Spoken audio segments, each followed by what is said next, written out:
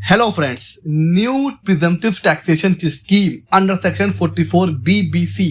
जी हाँ friends, income tax का जो अभी बजट आया था उसमें एक न्यू प्रिजम्पटिव टैक्सेशन की स्कीम वो इंट्रोड्यूस करी गई थी सेक्शन 44 बीबीसी में। और ये जो स्कीम है ये कब से एप्लीकेबल हो रही है? ये एप्लीकेबल हो रही है 1 अप्रैल 2025 से।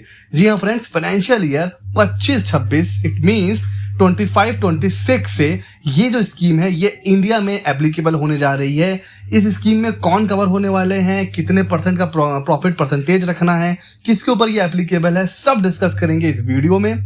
जैसा कि हमें पता है अभी एज ऑफ नाउ 3 सेक्शन है इनकम टैक्स के जिसमें प्रिजम्पटिव टैक्सेशन की स्कीम कवर्ड होती है।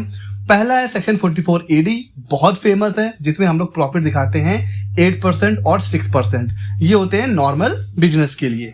सेक्शन 44 एडीए होता है स्पेसिफाइड प्रोफेशनल के लिए एंड सेक्शन 44 एई होता है ट्रांसपोर्टेशन बिजनेस के लिए। इंडिया में अभी ये प्रिजम्पटिव टैक्सेशन की स्कीम चल रही है। तो जो न्यू स्कीम अभी जिसके बारे में हम बात करने जा रहे हैं सेक्शन 44 बीबीसी, ये किन के ऊपर एप्लीकेबल होने जा रही है, इसकी एप्लीकेबिलिटी क्या है, इसके बारे में डिस्कस करेंगे। फ्रेंड्स, आपने या फिर बड़ी बड़ी मूवीज में देखा होगा जो क्रूज शिप कर चलते हैं, या अगर आप लोग कभी गोवा गए हो या किसी ऐसे स्टेट गए हो जहां पर सी होता है, समुद्र होता है, वहां पर आपने देखा होगा बड़े बड़े क्रूज चलते हैं। तो ये जो न्यू स्कीम आई है ये ऐसे फॉरेन कंपनीज या नॉन रेसिडेंट के लिए आई है जो इंडिया में अपनी शिप या अपना क्रूज ऑपरेट करते हैं, उनके ऊपर ये स्कीम एप्लीकेबल होने वाली है। और ये स्पेसिफिक फॉरेन कंपनीज के लिए क्यों आई है, इसका सीधा सा फंडा ये है कि इंडिया में टूरिज्म को बूस्ट किया जा सके, जॉब्स को क्रिएट किया जा सके और जो क्रूज टूरिज्म है उसको बढ़ावा मिल सके। तो ज्यादा से ज्यादा जो फॉरेन कंपनीज हैं, जो नॉन रेजिडेंट हैं, वो इंडिया में आए, वो यहाँ पर क्रूज ऑपरेट करें। और जब वो यहाँ क्रूज ऑपरेट करेंगे तो इससे क्या होगा, टूरिज्म को भी कहीं ना कहीं प्रमोशन मिलेगा, प्रमोट होगा। और जब कई फॉरेन कंपनीज इंडिया में आके रन करेंगी तो यहाँ पर जॉब एम्प्लॉयमेंट भी क्रिएट होगा, उसके और मौके यहाँ पर अवेलेबल होंगे।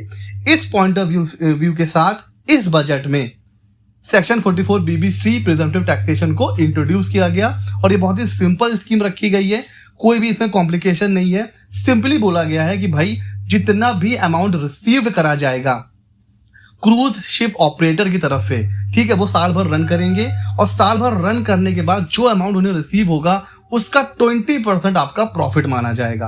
अगर इसके ऊपर एक्चुअल में है तो वो अलग बात है, मिनिमम आपको 20% दिखाना है, ITR फाइल कर देना है। जितना अमाउंट आपको रिसीव होगा या जितना अमाउंट ये पे करेंगे किसी फॉरेन कंपनी को, उसका 20% दिखाना है ITR में और ITR फाइल कर देना है। जब टैक्सेशन का सिस्टम सिंपल होगा, ज्यादा से ज्यादा foreign companies non resident India आएंगे और यहाँ पर आके इन्वेस्ट करेंगे। इस पॉइंट ऑफ व्यू के साथ सिर्फ 20% उनको टैक्स पे करना है, मींस जितना भी उनकी टोटल रिसीट है उसका 20% दिखाना है और उसके ऊपर उनको टैक्स लग जाएगा। अच्छा सर, इसके अलावा जो लीज रेंट होता है ना, ये कंपनीज क्या करती हैं, जो फॉरेन कंपनीज होती हैं उनको लीज रेंट पे करते हैं। तो लीज रेंट जो ये पे करेंगी, तो जो फॉरेन कंपनी है जिनको लीज रेंट मिलेगा उनके हैंड में भी ये लीज रेंटल एग्जेम्प्ट होगा। जी हाँ फ्रेंड्स, तो ये डबल बेनिफिट हो जाएगा।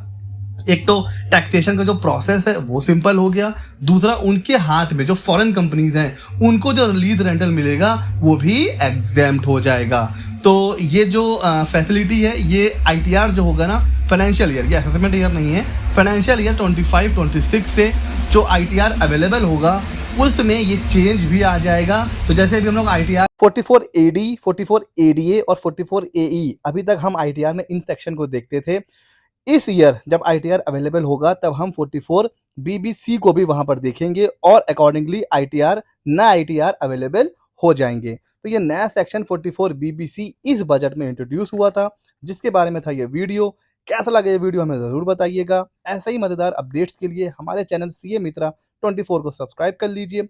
मिलते हैं अगले नॉलेजेबल वीडियो में।